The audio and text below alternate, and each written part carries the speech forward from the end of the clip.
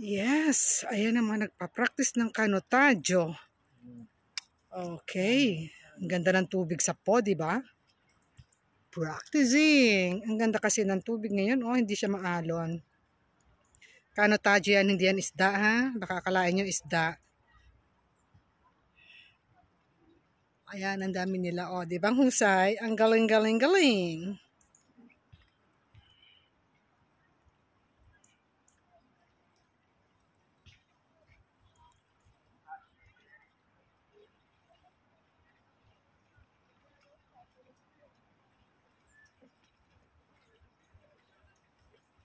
Ayan ang tinatawag na kanotajo. Tingnan nyo, oh, ang galing, di ba?